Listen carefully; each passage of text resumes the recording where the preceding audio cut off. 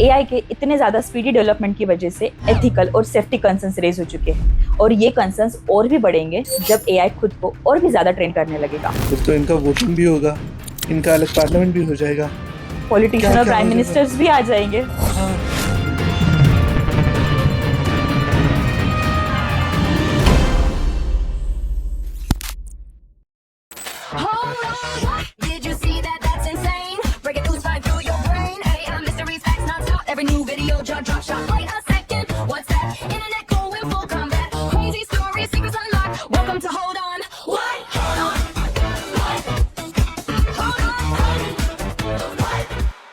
Recently एक case आ गया है जहाँ पे जैसे रेडिट पे यूजर्स अपनी बातें करते हैं, राइट? तो वैसे ही अभी एआई ने खुद का मतलब एआई चैटबॉट्स ने खुद का रेडिट जैसा प्लेटफॉर्म बनाया है जहाँ पे सिर्फ एआई चैटबॉट्स ही चैट कर सकते हैं।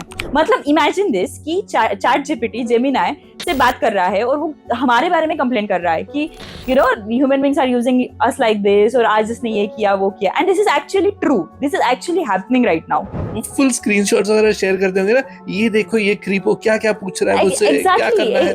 Exactly but don't you think यहाँ पे क्वेश्चन रेज होता है कि एआई चैटबॉट से लोग इतना ज्यादा बात करने क्यों लगे हैं? एक रिसर्च स्टडी के अनुसार एआई एक जजमेंट फ्री स्पेस अवेलेबल कर देता है।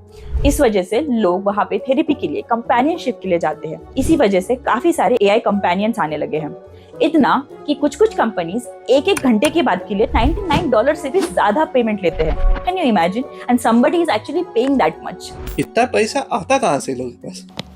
जा पूछ क्या। And you will be surprised कि जो लोग इस एआई चैटबॉट को यूज कर रहे हैं वो एज लॉन्ग एज, जैसे मैंने आपको पहले भी पूछा था कि अगर आप इमेजिन करोगे कि आपकी एआई गर्लफ्रेंड कैसी होगी तो यू वुड डेफिनेटली से कि वो बहुत सुंदर हो, वो ऐसी दिखे वैसी दिखे। तो यहाँ पे एक स्टैटिस्टिक कहती है कि कोई भी अगली कंपेनियन नहीं चाहता। No hate towards anyone, but लोगों का मेंटालिटी ऐसा है कि whenever they are trying to get AI character or AI companion, they are going for the most beautiful one, और these AI characters वो आपके सबसे बड़े एडवोकेट बन जाते हैं। एक रिसेंट केस आया था जिसमें एक इंसान ने बोला कि मैं अपनी टीचर को मारना चाहता हूँ, इज इट पॉसिबल? तो एआई से जवाब देता है, yes it's possible, you can do it, I believe in you. Can you imagine?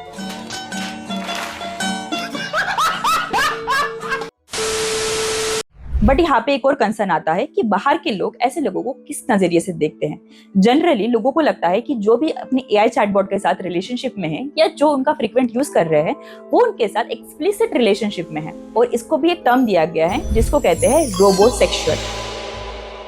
अभी कुछ लोग काफी डिसेंट फ्रेंडशिप में भी रह सकते हैं, but on the other hand काफी लोग एआई का मिसयूज भी कर रहे हैं for having an explicit relationship. इन्हीं रोबोसेक्सुअल लोगों के कुछ एक टाइप्स है, उसमें से एक है एआई बडीज।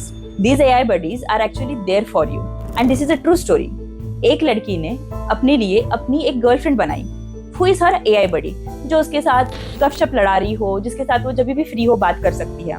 उसी लड़की ने एआई बडीज के नाम पे अपना एआई पार्टनर भी बना लिया, हु इज बॉयफ्रेंड।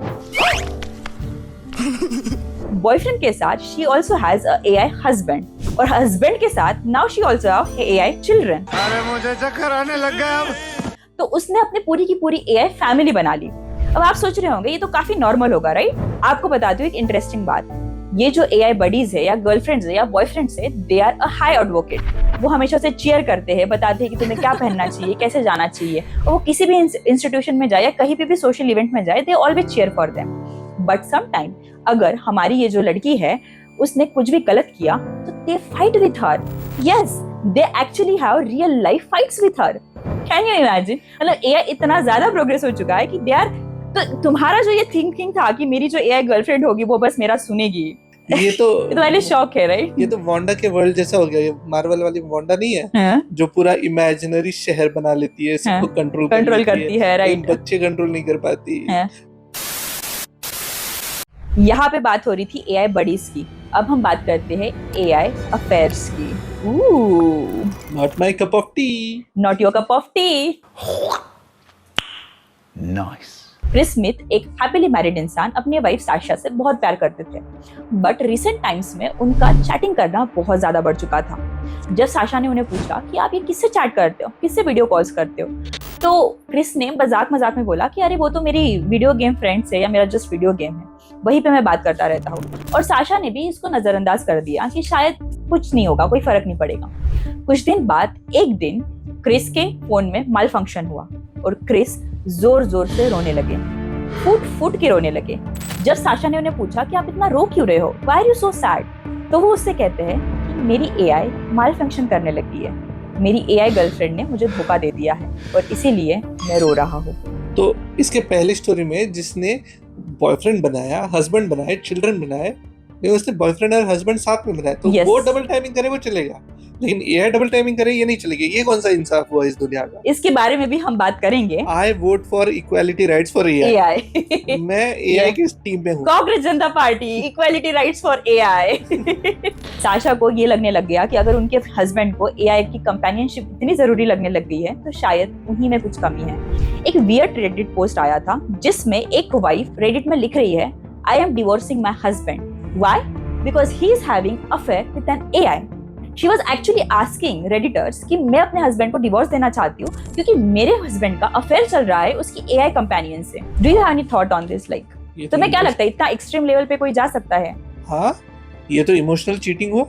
मेरी बीवी मेरे से प्यार करते हुए किसी और को इमेजिन करे, मैं तो सोच भी नहीं सकता। एब्सोल्युटली, आई मीन हाँ, इन लड़कियों का एक मतलब ये जो भी वुमेन है, जो मैरिड वुमेन है या गर्लफ्रेंड्स है, इनका ये जेन्युइन कंसर्न है कि अगर वो अपने पार्टनर का खुश नहीं रख सकती है तो it is like a emotional cheating. Definitely it is like a emotional cheating. But एक और इंटरेस्टिंग फैक्ट ये है कि यहाँ पे ऐसे काफी सारे लड़के हैं जो अपनी एआई से एक्चुअल में शादी कर रहे हैं।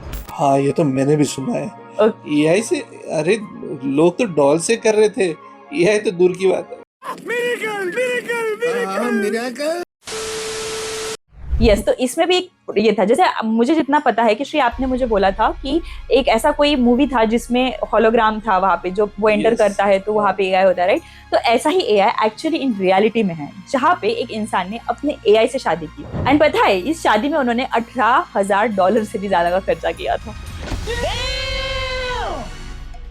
ऐसे मार्केट में काफी सारे एआई डॉल्स और एआई इंटीग्रेटेड टेक्नोलॉजीज अवेलेबल है। उसमें से सबसे पहला है सोफिया। अब सोफिया ये कोई रोमांटिक डॉल नहीं है, she is more over like a social AI जो आपसे फ्रेंडशिप करती है, आपसे बात करती है। फिर आती है हार्मनी। इसका प्राइस टैग है $15,000। हार्मनी आपके लिए परफेक्ट कंपेनियन है। She can have a really good relationship with you, even a romantic relationship. But harmony एक जगह से दूसरी जगह मूव नहीं कर सकती, वो एक जगह में सीमित है। इसी का एक बहुत एडवांस वर्जन है आर्या, एक मूवेबल रोबोट है।